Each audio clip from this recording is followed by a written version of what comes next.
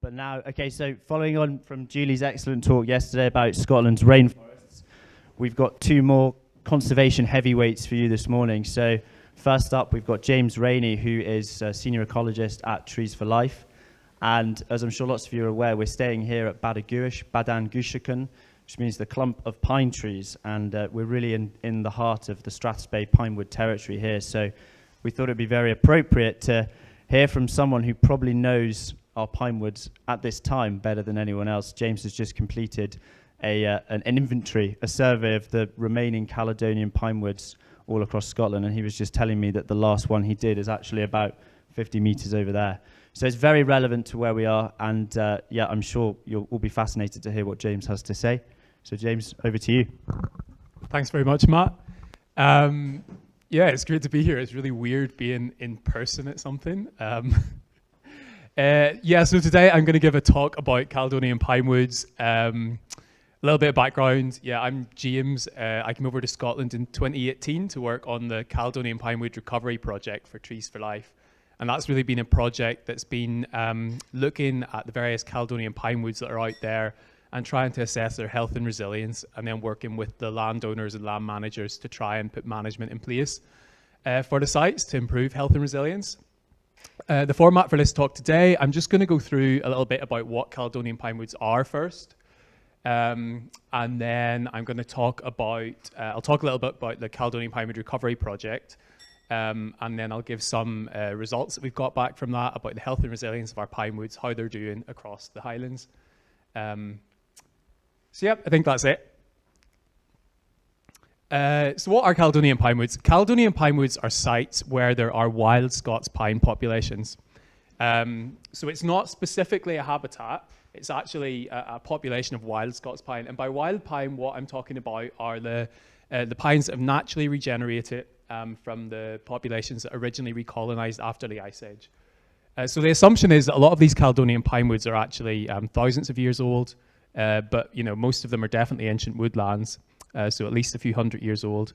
But yeah, the populations themselves have been able to maintain themselves in the landscape since pine recolonized Scotland. Just a little bit of very brief history of woodland in Scotland. So 22,000 years ago, we had the last glacial maximum. So during that time, we assume that there weren't any trees in Scotland. About 15,000 years ago, it started to get warm, and some trees returned from southern refuges, so came up from the south. But then it got cold again during the Younger Dryas, about 12,900 years ago, and trees retreated into what we call micro-refugia. So these are parts of the landscape that, even though it got really cold, there were little pockets that were still suitable for tree growth, mainly in the west. And then 11,500 years ago, it started to get warm, and then trees were able to spread out from these micro-refugia and also the southern refuges as well, came back up that way. And so actually for our Scots pine populations, we know that pine first recolonized Scotland in this kind of time, recolonized from the west first. So probably from micro-refuges, and then some came up from the south as well. So we've kind of got mixed populations of Scots pine in Scotland, and we know that the western ones are actually genetically distinct as well. And then 6,000 years ago, tree cover was at its maximum, so about 60%, and that's what we called the wildwood. So that was a very rich kind of different kinds of woodlands, but yeah, only covering 60% of the Highlands, so woodland wasn't a complete blanket. I'm just going to talk a little bit about wild trees now and why they're important. So this is one of our pine woods in Westeros, one of the most western sites.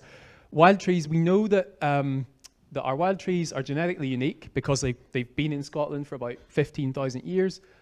And they also have really high genetic diversity.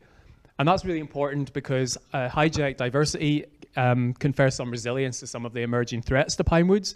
So if we think about the period of climate change we're in at the moment, it's really important to be genetically diverse and be able to regenerate, because that way you're generating, evolution's got a lot of raw material to work on to generate new types that are going to be able to survive in our warmer climate And also resilience confers disease resistance, high genetic diversity confers resilience to disease.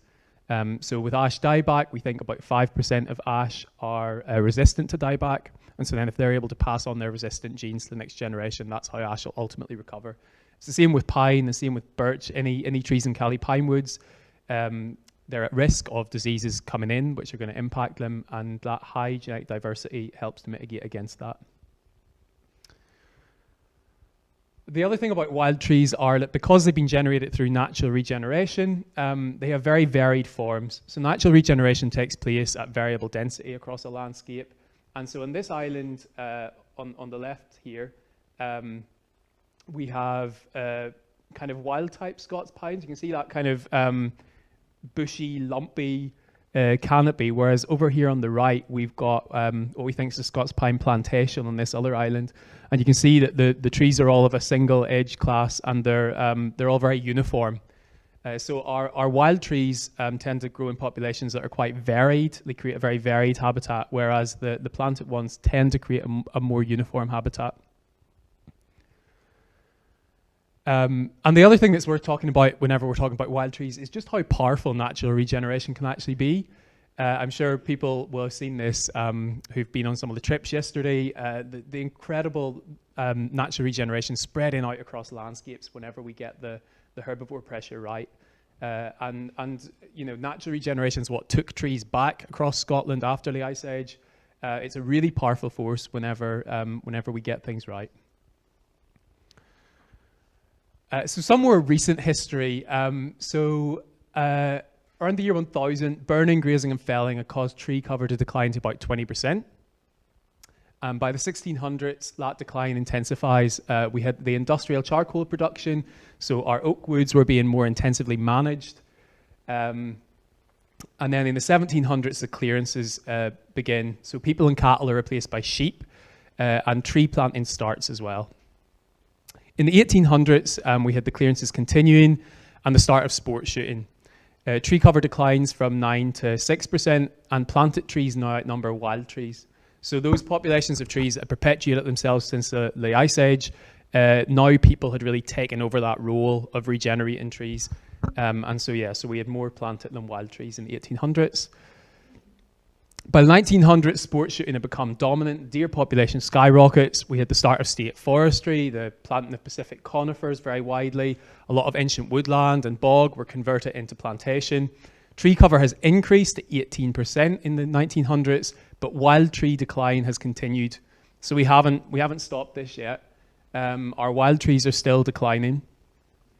And so what we're left with, whenever we're talking about wild pine, are these sites here. So these are 84 sites on what's called the Caledonian Pinewood Inventory.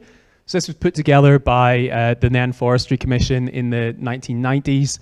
And we can see, so these are the sites where we still have wild pine. So we've got a small cluster in the north. We've got a cluster in the northwest here, centred on Loch Marie. We've got the central glens, Strathfara, Cannock and Afric. We've got this big area down here, which is the kind of southwestern highlands, and those pine woods are very fragmented. I'm going to talk actually quite a bit about these ones during this presentation, because we got some interesting results for them. And then we've got Strathspey, which has the biggest pine woods, the best connected ones, and Deeside as well. So we've got a lot of variety in terms of the landscape. You know, we have good range of pine woods across the highlands, and I'll just highlight these southwestern sites. Whenever I'm talking in this presentation about the southwest pine woods, these are the ones I mean down here. So the Caledonian Pinewood Inventory, compiled in the 90s, as I said, 84 sites across the highlands. Each inventory site has Caledonian pinewood itself in a kind of core area, and then around that there's a regeneration zone, which is where it's thought that the pine could spread out to quite easily. And then around that we've got a buffer zone. The preferred management in Caledonian pinewoods is allowing natural regeneration to take place in core areas and natural colonisation, so just regen spreading out naturally. In regeneration zones, there shouldn't be any planting or cultivation.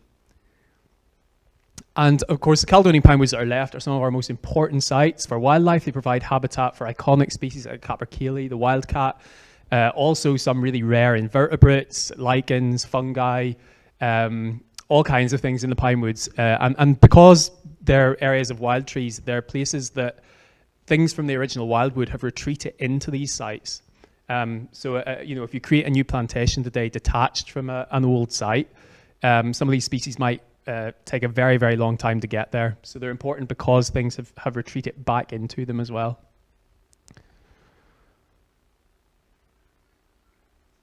And our pine woods are really, really varied. So, we go from sites where there's like landscape scale regeneration of pine to sites where we've got most of the pine dead.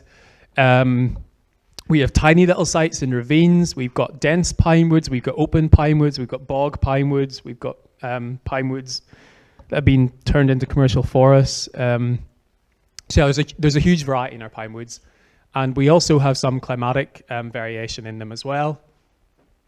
So in the east, we find pine woods that are more boreal. So we tend to find more juniper in the east. Silver birch is our main birch species. The lichens on the trees are different than in the west. There's less mossiness, or rather there's fewer of the rare mosses. The boreal pine woods, boreal's just kind of, really cold winters, a lot of snow, not that much rainfall. And then if we go further west, we've got the temperate rainforest, which Julia have talked about yesterday. We tend to find more oak in these pine woods. Downy birch becomes the main birch species. We've got incredible richness of lichens and bryophytes as well. So this is growing on a pine root. Really, really beautiful mosaics of liverworts and mosses.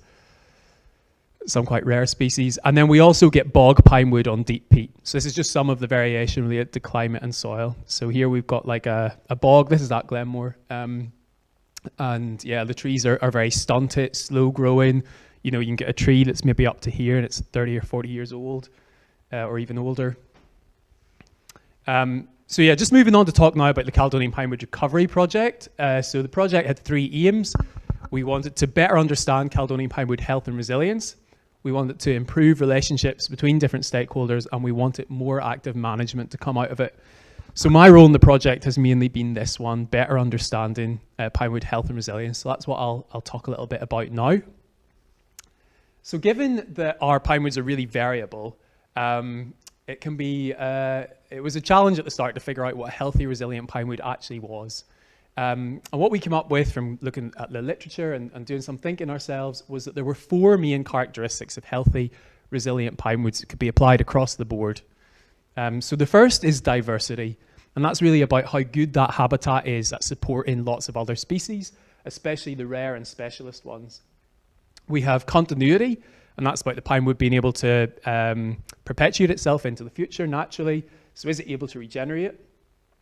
We've got mobility, which is about the pinewood being free to move in the landscape to adjust to climate change. So our pinewoods, if they're able to track changes in climate like they did in the past, climate change shouldn't mean that our pinewoods will be lost. They'll be able to adjust themselves. Whereas if a pinewood's stuck in one location and that area becomes unsuitable for pine in the future, then they'd be in trouble. And connectivity, is it big and joined up? That's really important because pinewoods need to be a certain size to support certain species because they've got big territories. So capercaillie are mostly found in pinewoods over 500 hectares in size. But it's really important our pinewoods are joined up as well, because that means that after a big disturbance event, so if a fire came through a pinewood that's very isolated, it could lose a lot of species in that fire and they wouldn't be able to get back. Whereas a connected one, once the pinewood starts to recover, all the species can return. And then we've got, these things don't exist in a vacuum, we've got these different kind of processes which influence them. So a big one is herbivores, grazing, browsing and damage. We've got non-native species can influence this, fire, fragmentation, climate change and disease. These are just some of the influences. So these were also considered in the project.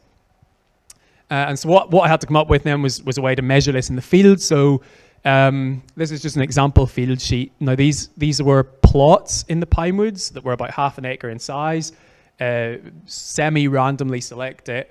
So what I would do is I would go out to a site, I would look at plots in the core and regeneration areas, record things like the different tree species, their growth stages, canopy and undergrowth, some veteran features, different kinds of deadwood, regeneration niches, herbivore impacts by species, and then we also looked at some of the ground vegetation, herbivore impacts on them, the amount of it, the height.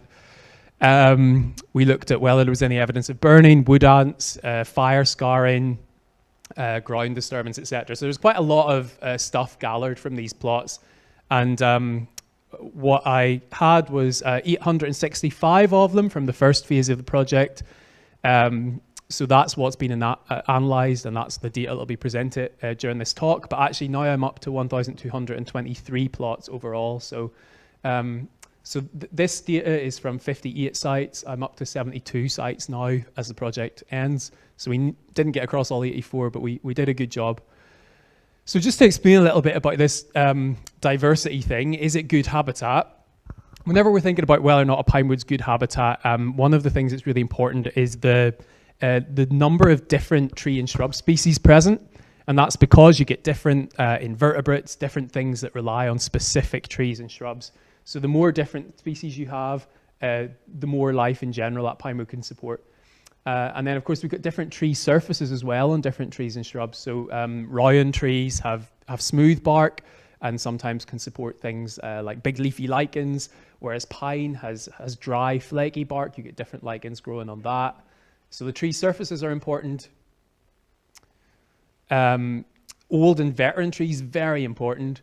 Caledonian pinewoods are pretty good actually for having a lot of old trees. And veteran trees are just living trees that have decay features on them. And so we get lots of very specialized rare things that rely on these. And that's a habitat that's really declined across Europe. You know, old and veteran trees are quite rare now overall. So some of the deadwood feeding species have become very restricted. So yeah, we've got our dead trees as well, different kinds of dead trees. Dead trees that have fallen over, different things live on them compared to dead trees that are standing. So yeah, trying to capture the variation in that. We've got different species in the ground vegetation, and we also have the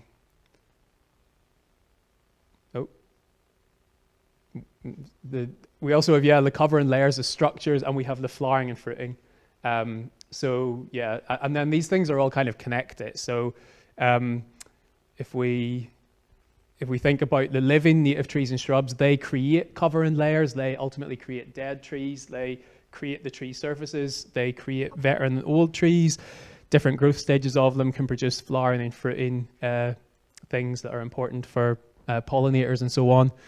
And then our ground vegetation also can contribute to that depending on grazing levels. So those are just some of the features that we looked at to try and figure out if it was good habitat. And something important to mention just at this stage is diversity is really heavily influenced by herbivore impacts.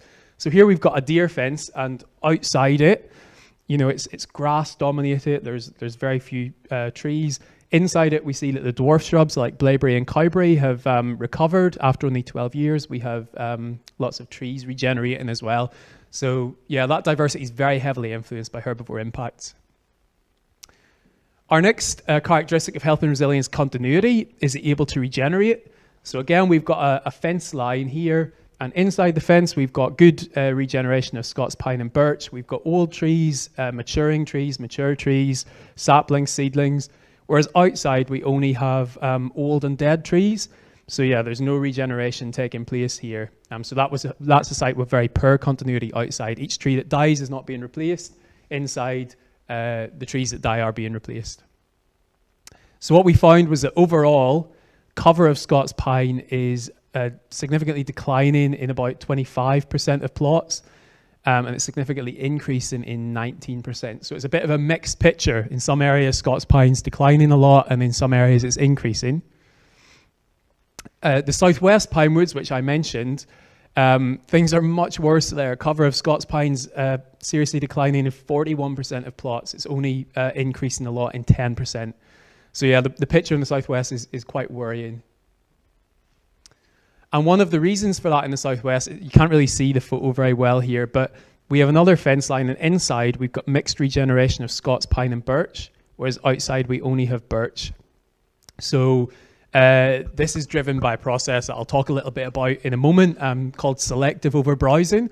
And it's basically that deer deer are naturally quite selective in how they feed, and so whenever they have a choice of things to eat, they'll go for the thing that tastes best for them. And in the southwest, for whatever reason, pine seems to taste better than birch. And so, yeah, very often this selective overbrowsing can lead to pine woods transitioning into birch woods and losing their pine. Our next characteristic, mobility, is the pine wood free to move around. So here we've got excellent regen coming off these old trees here on the horizon. So this is a site with really good mobility. So this site should be good. It should be able to sustain itself in the face of climate change. Species should be able to move out of it and adjust themselves in the landscape.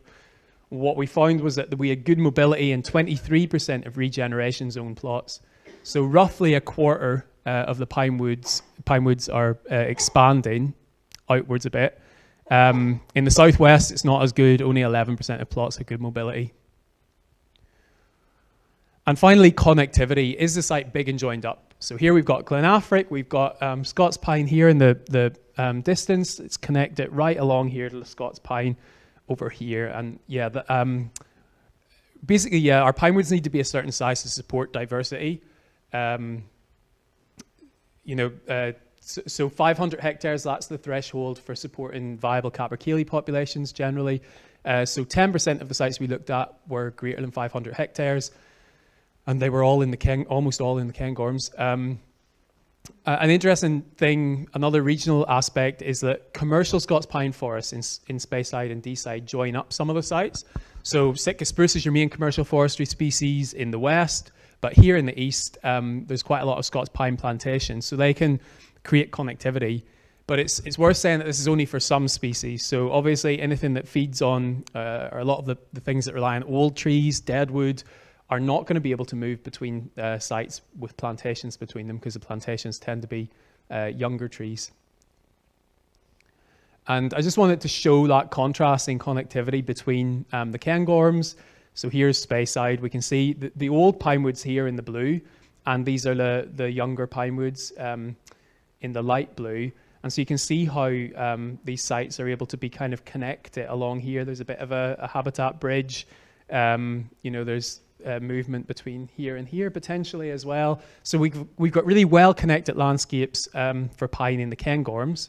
But if we go to the southwest, it's a very different picture. So this is the same scale. Our sites tend to be very small and isolated. And yeah, there aren't really commercial pine forests in the southwest. These will mostly be native woodland schemes. So yeah, the connectivity varies massively, but the Cairngorms is the best place for it. And yeah, so overall, I forgot to mention whenever I was talking about diversity is generally very constrained in the pine woods. Very few sites have a lot of diversity features. In general, the reason why things aren't better, one of the main reasons is herbivore impacts. So herbivore impact assessment was part of the survey, and this is generally then, it was found through the herbivore impact assessments that we had very high impacts in 80% of unfenced plots. And I mean, outside of the Cairngorms, that's going to be much higher. So herbivore impacts are generally the biggest cross-cutting issue in pine woods, and deer are the main source of herbivore impacts as well. And what this means is that we've had a lot of deer fencing. So fencing now covers, I think, about 19% of Caledonian pine woods that I looked at. So yeah, 19% is now enclosed. And within fences, you tend to have more regeneration, a higher tree species richness, and you tend to get mobility forming. However, there are also issues with fencing. So here, you can see a track along the inside of this deer fence, because there's lots of deer in here trying to get out. And this is a really common picture. We found that there were deer present inside, I think, 78% of fences. And herbivore impacts are very high in 55% of fence plots. So actually a lot of deer fences aren't really doing all that much. They let regeneration get going at the start because they keep the deer out, but whenever deer get in, they start to selectively browse out certain species, and so diversity falls. And the other thing that they do is that deer fences compartmentalize sites is the normal way for it to be. So rather than the whole site being fenced, there'll be a little pocket of a site fenced, or maybe 2 or 3. You might have like 30% of the site fenced overall with 4 fences. So bits can be recovering and other bits can be declining and so on. So the picture gets quite messy. So that's what I'm talking about whenever I say compartmentalized sites. And so so selective overbrowsing, as I've said, is a major issue. So here we've got a pine sapling and a birch sapling beside it. And you can't see it that well here, but the birch sapling's being very heavily browsed. So all the new growth on this is being eaten off, and so that's why it's got that very bunchy growth, whereas the pine's hardly being touched at all. And this is inside a deer fence. So deer have got into this fence, they've stopped birch growing upwards. So the birch saplings and seedlings are there, but they can't actually get up. And the pine is getting up here. And whenever people go and look at fences, you often look from a distance and you think, oh, that's great, there's lots of regen there. But whenever you get in and look at it, very often a lot of that regen is being stopped of certain species. And so you're getting a much lower diversity. And this is a graph to show this. So along each of these, so these are seedlings, saplings, mature, old, and dead trees. And this vertical axis here is the richness, so the number of different species per plot. So we see that seedlings and saplings are the most species-rich stage in pine woods of the sites I've looked at. And it gets lower and lower, so the old trees are the least species-rich. But the red bar here is showing how much of the diversity of the seedlings and saplings is actually being stopped from growing up into the canopy because of that selective overbrowsing. And this is it being slowed as well. So actually, you can see how that constrains the diversity going up through the growth stages. Trees are being trapped at their early growth stages, and they're not able to advance onwards. And that has knock-on impacts and lots of other things. Moving on from herbivore impacts, we have non-native species in our pine woods. Some sites have been converted into plantations, basically, and they're not in a good way. But the general picture, so non-native species are found in 20% of plots. The general picture is that they're scattered and young. So most of the places where you see non-native species, it's like a few Sitka spruce seedlings or saplings, maybe a little bit of western hemlock or rhododendron or something. They're not yet blanketing pine woods. But obviously in the future, as those mature, they're going to become more impactful, and then they're going to start seeding as well. So this is kind of a built-in problem. And finally, why not better? Fire. So we had evidence of fire recorded at 41% of sites.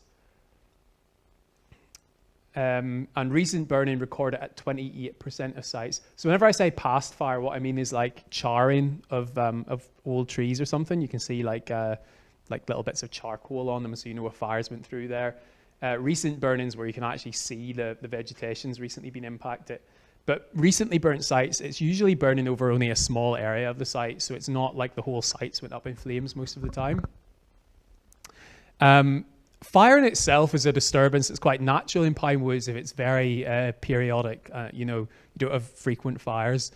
But fire combined with high herbivore impacts is extremely damaging, because if you get a fire that moves into the canopy and causes the canopy fire and kills trees, if then the young trees that try to grow up all get eaten, that's how you lose your pine wood. So fire can actually clear away heather and stuff. It can create a good area for regeneration to take place, but that's irrelevant if you've got heavy grazing and then all the young trees that try to grow up aren't able to. So one of the solutions in terms of managing our pine woods we have sites in the Cairngorms now where this is happening. We've got landscape scale effective deer management without using fences. And on these sites, what you tend to get is diversity, continuity, mobility, and connectivity improving. And yeah, so most of the examples are in the Cairngorms. So just to sum up some of the management principles, the highest priority is to secure the existing Caledonian pinewoods. Some pinewood managers have put a lot of emphasis on expanding their pinewood without managing the existing pinewood that's there. And so the old site's falling apart and there's some young pinewood on its edge. That's really not what we want. We want the old pinewood secured, and we want them to be able to move outwards. We want both, but securing existing pinewood is the highest priority. Caledonian pinewoods are best regenerated and expanded through natural regeneration and colonization. Long-term landscape scale deer management is preferred to short-term localized deer deer management, so within fences. And we want to remove invasive and non-native species ASAP because they're likely to become a bigger problem in the future without proactive management. One of the things I was able to do after I looked at some of these sites was compare what I'd found to what Stephen and Carlisle wrote about when they visited the Pinewoods in the 50s. And what I found was that some areas that they'd looked at had been lost to commercial forestry and fire. There's a lot less livestock in the Pinewoods today than there was in the past. So there used to be sheep and cattle in a lot of the Caledonian Pinewood sites. It's now almost entirely deer. There's lots more deer fencing though, obviously, and management's now compartmentalised. There is some more regeneration today than there was in the past, particularly in the Cairngorms. And we've also had some conversion of our wild trees in our Pinewoods into native species plantations. So just to bring things together now and to look at the big picture of our Pinewoods, management is widespread but compartmentalised. It is enhancing health and resilience locally, but it's not always as effective as we might expect. Many areas are still declining. Sites in the southwest generally need the most help. It's a really bleak picture out there. There are now some exemplary sites, mostly around the Cairngorms, and sufficient landscape scale deer management is really key. So we still have a way to go towards getting healthy and resilient pinewoods. And that's me. There's a few other things I just wanted to mention. During the project, came across lots of sites, usually very small sites, which hadn't been recorded on the inventory. So the inventory's not complete. We do have other wild pine sites, and they weren't looked at specifically in the project, but they are out there. And the other thing to mention is that with landscape scale deer management, often the pinewoods are just one habitat in the landscape. Often further up the glen, there'll be birchwoods. There might be some Montian scrub on crags or something. It's the landscape scale deer management that actually secures all of those things and allows them to spread out. Yeah, there's some pinewoods I went to and I looked at then birchwoods further up the glen, and the birchwoods are actually in a worse condition than the pinewoods, where they're really falling apart, and they're also made up of wild trees. They're really ancient sites. So yeah, I think really the landscape scale deer management is really key. And yep, that's me. I'm done. So.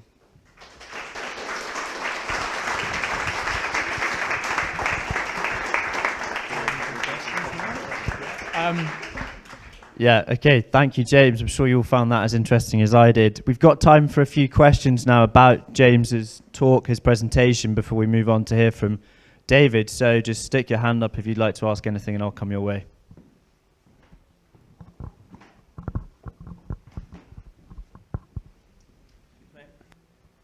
Hi James, thanks for that. I've just got a question on the landscape scale deer management. You mentioned quite a few times as being a key factor to success. And I'm just wondering a bit what that looks like in terms of how large is it over different landowners, and how do you engage those people together if that's the case? Yeah, that's a good question. With the landscape scale deer management, we've kind of got two tiers of it. So there's one tier which is landowners who are managing their pinewoods and they're managing the deer at a landscape scale to try and secure pine regeneration. And then there's other landowners who are trying to secure regeneration of all the trees and the whole ecosystem to recover. So whenever I'm talking about effective landscape scale deer management, I'm talking really about the latter. So that's bringing down the deer to a level that's compatible with regen of all the different tree species, not just pine or just birch in some cases. The scale of the deer management, I mean, it's often within an estate boundary, basically. So if you want to manage most of the estates in Scotland are obviously massive, and there is good scope for managing deer population. Within that single estate, you can achieve quite a lot. But yeah, cooperation between neighbouring landowners is really important. I don't think that it's always, there's still a lot of tension and conflict there. Some landowners would like to do more in terms of landscape scale deer management, but they're discouraged from doing that because of conflict with their neighbours. So yeah, I think it's something that's difficult, but it's changing. And I think that, whenever Stephen and Carlisle looked at the pinewoods in the 50s, there were no examples of this, whereas now, particularly in the Cairngorms, we have examples of landscape scale deer management and we can see how well it works. So I think yeah, it's really, that's really important. And In terms of deer densities, it's normally about reducing deer densities down to sort of about 2 deer per square kilometre if you want to get the regeneration of all species. If you want to just get regeneration of pine in the east, you can maybe go to about 5 per square kilometre and that'll happen.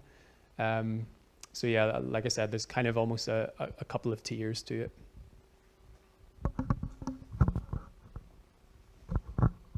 Hi. I'm not sure if I interpreted correctly, but did you say that the Scots pine in the southwest is more palatable than it is in other places in Scotland? And if that's right, why is that? That's really interesting. Yeah, I don't really know why that is. A result that came out really strongly was, this thing that we end up calling birch bias, which is where the pine's getting browsed out and it's just leaving behind the birch. We don't know why that's happening mainly in the southwest. I mean, even it's not just a western thing, because the northwestern pinewoods aren't generally experiencing this.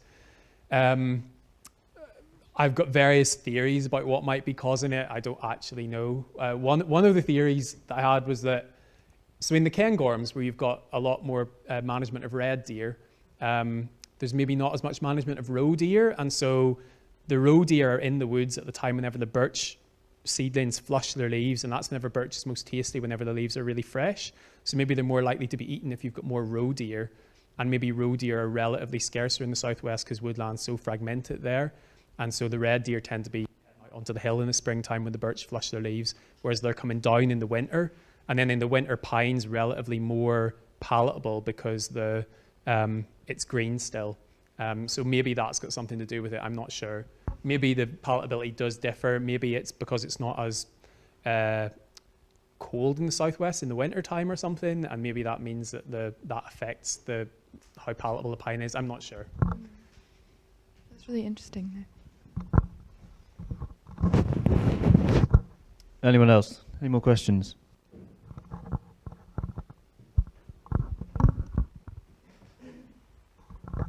Could you say a little bit more about the landscape scale development and joining of estates that's been promoted by Trees for Life recently around? Oh, you mean Afric Highlands? Yeah. So that's not my project. I haven't been working on that, but I will be doing a little bit of work on it soon, I think. So yeah, that's really, I'm not best placed to answer that question, unfortunately. But yeah, trying to get cooperation between landowners is a major thing, and people are increasingly willing to talk to each other and to engage. So I think that's a really positive development.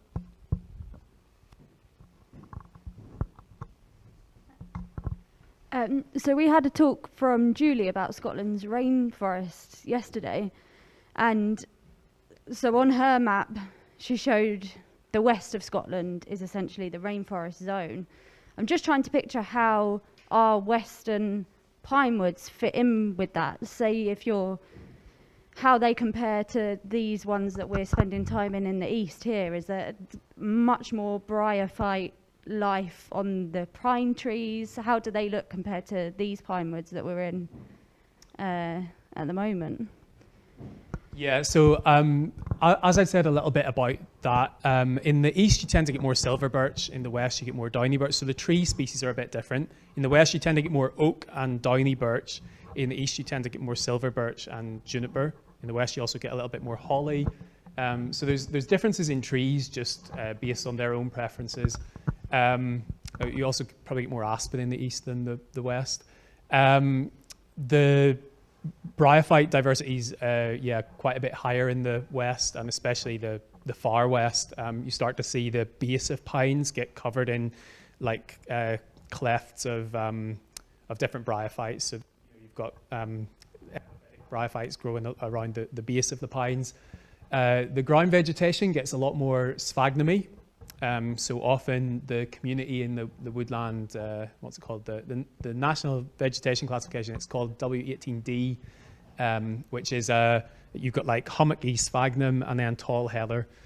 So that community is much more widespread in the west. You also get something I was quite surprised to see, which I don't know if I can go back to it.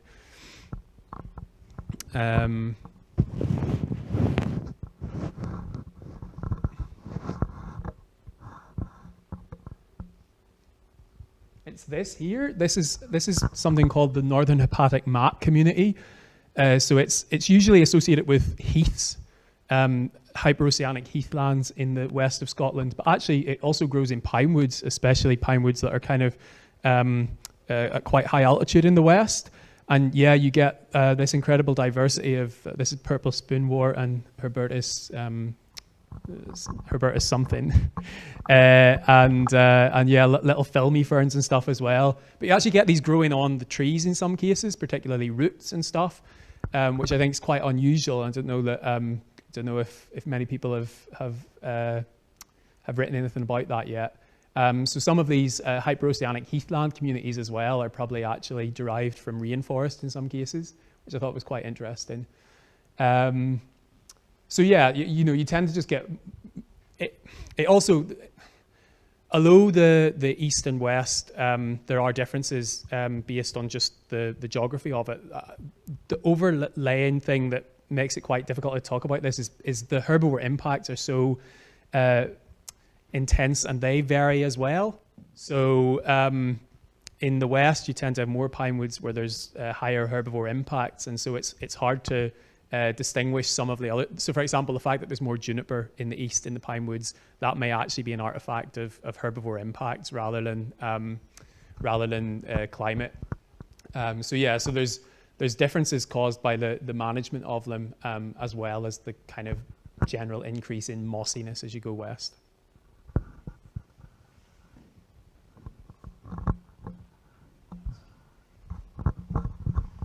So I'm just wondering, was it a collaborative project? And tell us a bit about that. But also, what's Nature Scot and FLS doing about this? Have they got an action plan to actually address some of these problems you've identified?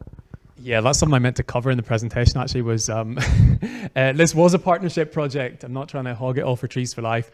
We had Nature Scot, Forest and Land Scotland, Scottish Land and Estates, Scottish Forestry, and Woodland Trust Scotland as partners in the project, and then it was delivered by Trees for Life. So yeah, it was a partnership project. Some of the Nature Scot managed sites we looked at, and so the management will be adjusted accordingly whenever we've made recommendations.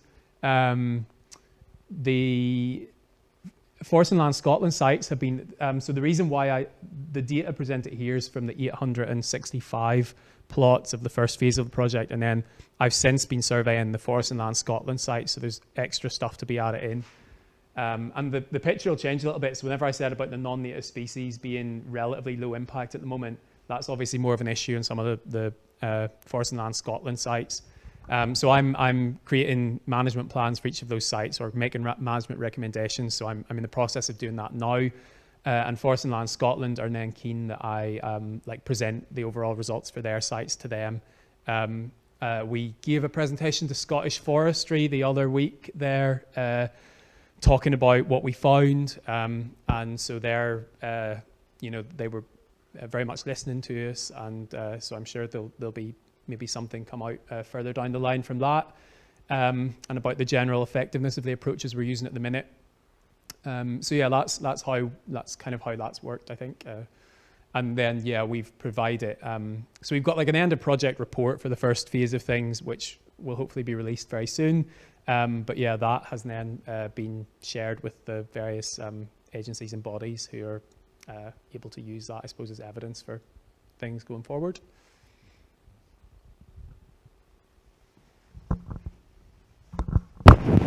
Okay, can we give James another round of applause? Thank you so much. That was really interesting. Thanks very much. Thanks very much.